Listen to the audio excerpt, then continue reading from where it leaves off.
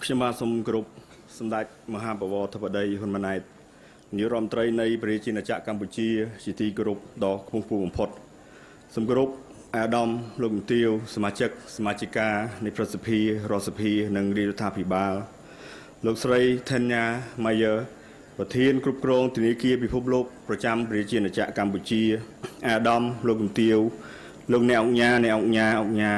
លោកស្រីភ្ញៀវកិត្តិយសជាតិអន្តរជាតិបងប្អូនប្រជាពលរដ្ឋទាំងអស់ជាទីគោរពនិងជាទីស្រឡាញ់ថ្ងៃនេះគឺជាឱកាសដ៏មហានក្ខត្តរឹកប្រកបដោយសេចក្តីរំភើបរីករាយឥតឧបមាដែលខ្ញុំបាទរួមជាមួយអាជ្ញាធរខេត្តក្រចេះនិងខេត្តត្បូងឃ្មុំព្រមទាំងបងប្អូនប្រជាពលរដ្ឋដែលកំពុងចូលរួមនៅទីនេះមានកិត្តិយសដ៏ខ្ពង់ខ្ពស់បានគោរពទទួលស្វាគមន៍យ៉ាងកក់ក្ដៅចំពោះវត្តមានដ៏ឧត្តមឧត្តមរបស់សម្ដេចមហាបវរធិបតីហ៊ុនម៉ាណែតនាយករដ្ឋមន្ត្រីព្រមទាំងវត្តមានរបស់អាដាមលោកមន្ត្រីលោកស្រីភ្ញៀវកិត្តិយសជាតិអន្តរជាតិនៅក្នុងពិធីសម្ពោធបើកឲ្យប្រើប្រាស់ជាផ្លូវការកំណត់ផ្លូវជាតិលេខ73កំណត់ផ្លូវខេត្តលេខ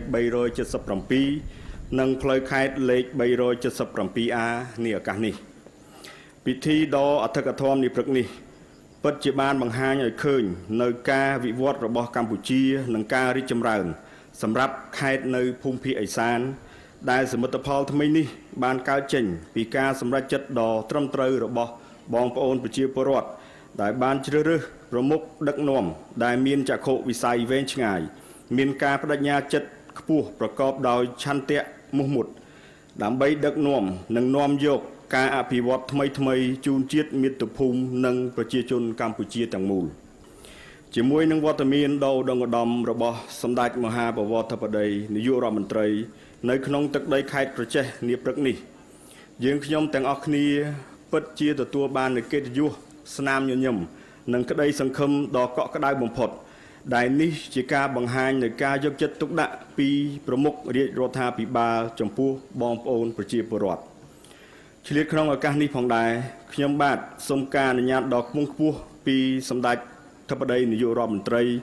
ដើម្បីថ្លែងអំណរគុណជូនចំពោះធនាគារពិភពលោកតាមលោកស្រីថាញ់យ៉ាម៉ាយើដែលកំពុងមានវត្តមាននៅទីនេះដែលជានិច្ចកាលធនាគារពិភពលោកតែងតែផ្ដល់អនុទានសម្បទាននិងជំនួយបច្ចេកទេសជាច្រើនសម្រាប់ការអភិវឌ្ឍវិស័យសំខាន់នៅកម្ពុជាហើយសម្រាប់វិស័យសាធារណការនិងដឹកជញ្ជូនក៏ទទួលបានការគ្រប់គ្រងនិងជំនួយអភិវឌ្ឍជាបន្តបន្ទាប់មានជាអាចការសាងសង់ហេដ្ឋារចនាសម្ព័ន្ធផ្លូវថ្នល់ការលើកកម្ពស់ផ្គត់ផ្គង់ទឹកស្អាតនិងអនាម័យការសាងសង់ទីលានទុកដាក់សម្រាមនិងការគ្រប់គ្រងសំណល់រឹងនិងផ្លាស្ទិកការចូលរួមរៀបចំផែនការមេអន្តរការស្ដីពីការតភ្ជាប់ប្រព័ន្ធដឹកជញ្ជូនពហុមធ្យោបាយនិងភស្តុភារកម្មការកសាងសមត្ថភាពដល់មន្ត្រីគម្រោងនិងការសិក្សាគម្រោងសំខាន់ដើម្បីជំរុញសន្ទុះនៃការអភិវឌ្ឍសេដ្ឋកិច្ចនិងសង្គមនៅកម្ពុជាខ្ញុំបាទសូមគោរពជម្រាបជូនសម្ដេចធិបតីនាយករដ្ឋមន្ត្រីនិងអង្គពិធីទាំងមូលមេត្តាជ្រាបដល់ខ្ពង់ខ្ពស់ថាដោយមើលឃើញពីសារៈសំខាន់ផ្នែកសេដ្ឋកិច្ចនិងយុទ្ធសាស្ត្រនៃការតភ្ជាប់ហេដ្ឋារចនាសម្ព័ន្ធនៅក្នុងទឹកដីខេត្តក្រចេះនិងខេត្តជាប់ព្រំប្រទល់គ្នាជាពិសេសដើម្បីសម្រួលដល់ការធ្វើដំណើររបស់បងប្អូនប្រជាពលរដ្ឋទៅក្នុងអាណត្តិដឹកនាំរបស់ឯកឧត្តមឧបនាយករដ្ឋមន្ត្រីស៊ុនច័ន្ទថុលបានជំរុញឲ្យមានការសិក្សាសាងសង់ពង្រីកកំណត់ផ្លូវទាំង3ខ្សែនេះឡើងវិញនិងត្រូវបានប្រកាសបើកការដ្ឋានជាផ្លូវការកាលពីថ្ងៃទី4ខែមេសាឆ្នាំ2023ក្រោមអធិបតីភាពសម្ដេចគតិសង្ឃបណ្ឌិតម៉ែនសំអនអតីតឧបនាយករដ្ឋមន្ត្រីនិងបច្ចុប្បន្នជាឧត្តមប្រឹក្សាផ្ទាល់ព្រះមហាក្សត្រតំណាងដ៏ខ្ពង់ខ្ពស់សម្ដេចអគ្គមហាសេនាបតីតេជោហ៊ុនសែនអតីតនាយករដ្ឋមន្ត្រីនិងបច្ចុប្បន្នជាប្រធានព្រឹទ្ធសភាខ្ញុំបាទសូមយកឱកាសនេះគោរពរាយការណ៍ជូនសម្ដេចធិបតីនាយករដ្ឋមន្ត្រីនិងអង្គពិធីទាំងមូលមេត្តាជ្រាបអំពីព័ត៌មានគម្រោងលើកកម្រិតនិងជួសជុលថែទាំខ្សែផ្លូវទាំង3ខ្សែមានប្រវែងសរុប 98.405 គីឡូម៉ែត្រដែលមានខ្លឹមសារដូចតទៅកំណត់ផ្លូវជាតិលេខ73មានប្រវែង 49.812 គីឡូម៉ែត្រ ស្ថិតនៅក្នុងភូមិសាស្ត្រខេត្តត្បូងឃ្មុំមានចំណុចចាប់ផ្ដើមពីផ្លូវបំបែកប្រធាតភូមិប្រធាតឃុំស្រឡប់ស្រុកត្បូងឃ្មុំទៅដល់ចំណុចប្រសពនៃស្ពានកំពង់រាំងឃុំសេដាស្រុកដំបែដែលជាព្រំប្រទល់រវាងខេត្តត្បូងឃ្មុំនិងខេត្តក្រចេះត្រូវបានស្ថាបនាពង្រីកនិងលើកគុណភាពជាប្រភេទផ្លូវក្រាលកៅស៊ូ AC មានកម្រាស់5សង់ទីម៉ែត្រមានទទឹងពី10ម៉ែត្ររហូតដល់13ម៉ែត្រសម្រាប់ផ្លូវ2គន្លងនៅក្រៅទីប្រជុំជននិងទទឹងពី15ម៉ែត្ររហូតដល់16ម៉ែត្រសម្រាប់ផ្លូវ4គន្លងនៅក្នុងទីប្រជុំជនចំណែកផ្លូវខេត្តលេខ377មានប្រវែង35គីឡូម៉ែត្រចាប់ផ្ដើមពីចំណុច500ម៉ែត្រពីរង្វង់មូលព្រាបសស្ថិតនៅភូមិក្រគរសង្កាត់ក្រគរក្រុងក្រចេះទៅដល់វិហារសសរ100ស្រុកសម្បូរខេត្តក្រចេះនិងផ្លូវខេត្តលេខ 377A មានប្រវែង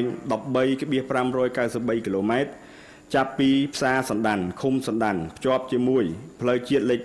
7 ស្ថិតក្នុងភូមិសង្គមឃុំសណ្ដានស្រុកសម្បូរខេត្តក្រចេះផ្លូវខេត្តទាំងពីរខ្សែនេះត្រូវបានស្ថាបនាពង្រីកនិងលើកគុណភាពជាប្រភេទផ្លូវក្រាលកៅស៊ូ AC មានកម្រាស់5សង់ទីម៉ែត្រនិងក្រាលបេតុងសរសៃដែកមានកម្រាស់20សង់ទីម៉ែត្រមានទទឹងចាប់ពី8ម៉ែត្ររហូតដល់11ម៉ែត្រសម្រាប់ការធ្វើចរាចរណ៍ពីកន្លងទៅមកព្រមទាំងការសាងសង់ស្ពានថ្មីចំនួន9កន្លែងប្រវែងសរុប413ម៉ែត្រនៅលើផ្លូវខេត្តលេខ377និងការជួសជុលកែលម្អស្ពានចាស់ចំនួន3កន្លែង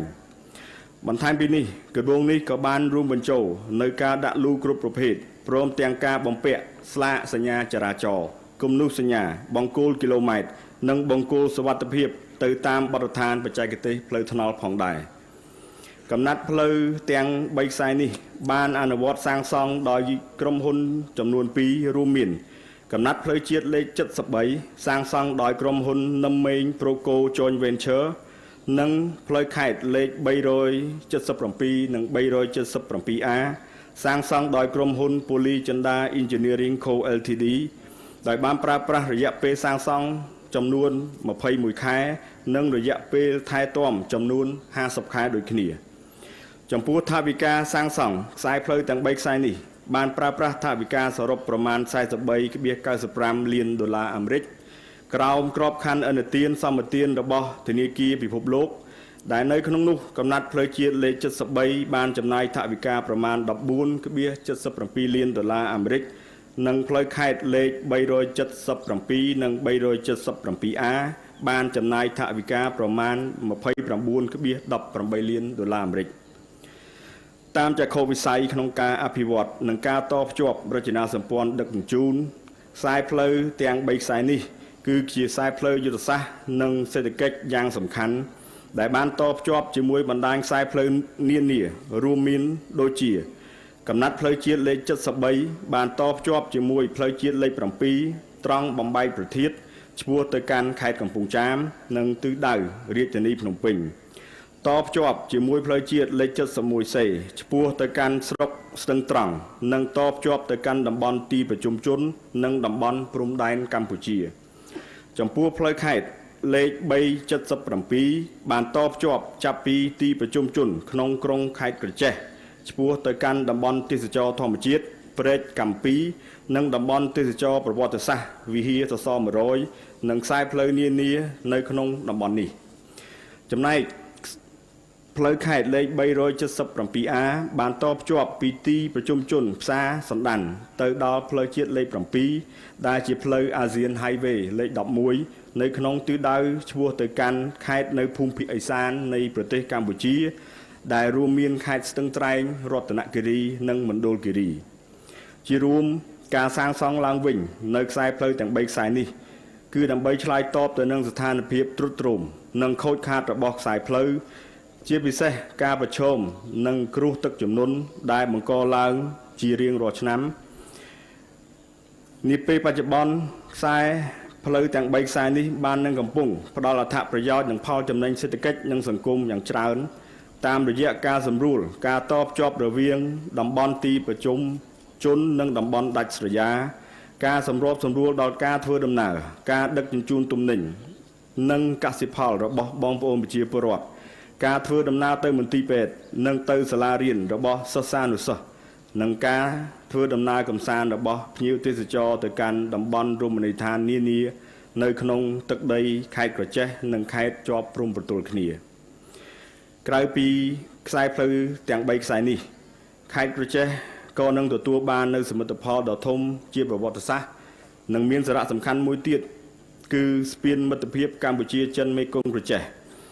ដែលត្រូវរាជរដ្ឋាភិបាលប្រសិទ្ធនាមនាពេលថ្មីកន្លងមកនេះហើយបច្ចុប្បន្នបានបញ្ចប់ការសាងសង់និងត្រៀមដាក់សម្ពោធឲ្យប្រើប្រាស់ជាផ្លូវការនាពេលដ៏ខ្លីខាងមុខជាមួយគ្នានេះក្រសួងក៏បាននឹងកំពុងជំរុញការសិក្សានិងអនុវត្តគម្រោងថ្មីបន្ថែមទៀតស្ថិតក្នុងភូមិសាស្ត្រនេះរួមមានដូចជាគម្រោងផ្លូវជាតិលេខ 60B តភ្ជាប់ពីខេត្តក្រចេះទៅខេត្តកំពង់ធំគម្រោងផ្លូវជាតិលេខ 78/5 តភ្ជាប់ពីរតនគិរីបានលុងក្រទុយនៀកជាប់ទៅព្រំប្រទល់កម្ពុជាវៀតណាមនិងគម្រោងកំណត់ផ្លូវជាតិលេខ 7 រមៀតខេត្តក្រចេះត្រពាំងគ្រៀលខេត្តស្ទឹងត្រែងព្រំប្រទល់កម្ពុជាឡាវព្រមទាំងគម្រោងសិក្សាសាងសង់ហេដ្ឋារចនាសម្ព័ន្ធតភ្ជាប់និងជំរុញការបើកទ្វារច្រកព្រំដែនថ្មីរវាងកម្ពុជាឡាវនិងកម្ពុជាវៀតណាមសម្ដេចទឹកដីនាយរដ្ឋមន្ត្រីជាទីគោរពដ៏ខ្ពង់ខ្ពស់បំផុតអង្គពិធីទាំងមូលជាទីគោរពនិងជាទីមេត្រីទោះបីជាស្ថានភាពសកលស្ថិតក្នុងភាពមិនប្រកបប្រជាយ៉ាងណាក្តីរាជរដ្ឋាភិបាលនីតិកាលទី7នៃរដ្ឋសភាក្រោមការដឹកនាំប្រកបដោយចក្ខុវិស័យវែងឆ្ងាយរបស់សម្ដេចអធិបតីនាយករដ្ឋមន្ត្រីបាននឹងកំពុងខិតខំប្រឹងប្រែងជំនះរាល់ការលំបាកនិងឧបសគ្គធំចំពោះមុខប្រកបដោយភាពបុរេសកម្មបំផុតហើយរាជរដ្ឋាភិបាលតែងតែឈរលើយ៉ាងរឹងមាំលើជំហរនិងរក្សាខ្ជាប់នៅភាពត្រឹមត្រូវខាងនយោបាយដែលការនេះបានឆ្លុះបញ្ចាំងពីមូលដ្ឋាននៃភាពធន់របស់កម្ពុជាសម្រាប់ការអភិវឌ្ឍបន្តនិងឆ្លើយតបទៅនឹងការប្រែប្រួលថ្មីខាងមុខទៀតសារជាថ្មីម្ដងទៀតយើងខ្ញុំទាំងអស់គ្នាជាថ្នាក់ដឹកនាំមន្ត្រីរាជការគ្រប់លំដាប់ថ្នាក់កងកម្លាំងប្រដាប់អាវុធនិងប្រជាពលរដ្ឋទូទៅនៅក្នុងខេត្តសូមគោរពដឹងគុណចំពោះគំរូវីរគុណភាពរបស់ប្រមុខរាជរដ្ឋាភិបាលទាំងក្នុងអាណត្តិមុននិងអាណត្តិបច្ចុប្បន្នដែលបានពុះពៀជំនះគ្រប់ឧបសគ្គហ៊ានធ្វើពលកម្មឥតរុញរាដើម្បីឲ្យប្រទេសកម្ពុជាទទួលបានឯករាជ្យសន្តិភាពសេរីភាពប្រជាធិបតេយ្យអព្យាក្រឹតវឌ្ឍនភាពសង្គមនិងការអភិវឌ្ឍរីកចម្រើនជាបន្តបន្ទាប់ខ្ញុំបាទសូមថ្លែងអំណរគុណជូនចំពោះក្រសួងស្ថាប័នពាក់ព័ន្ធជាពិសេសក្រសួងសេដ្ឋកិច្ចនិងហិរញ្ញវត្ថុដែលបានជួយសម្របសម្រួលលើនីតិវិធីឥណទានអាជ្ញាធរដែនដីខេត្តក្រចេះខេត្តត្បូងឃ្មុំអង្គភាពគ្រប់គ្រងគម្រោងក្រុមហ៊ុនសាងសង់និងក្រុមហ៊ុនទីប្រឹក្សាបច្ចេកទេសដែលបានជួយសម្របសម្រួលនិងយកចិត្តទុកដាក់ជំរុញការងារស្ថាបនាខ្សែផ្លូវទាំង3ខ្សែនេះសម្រាប់បានជោគជ័យប្រកបដោយគុណភាពក៏ដូចជាសូមថ្លែងអំណរគុណជូនចំពោះបងប្អូនប្រជាពលរដ្ឋដែលមានផ្ទះសម្បែងនៅជិតការដ្ឋានសាងសង់ឬការទទួលរងផលប៉ះពាល់ដោយសារគម្រោងអភិវឌ្ឍនេះ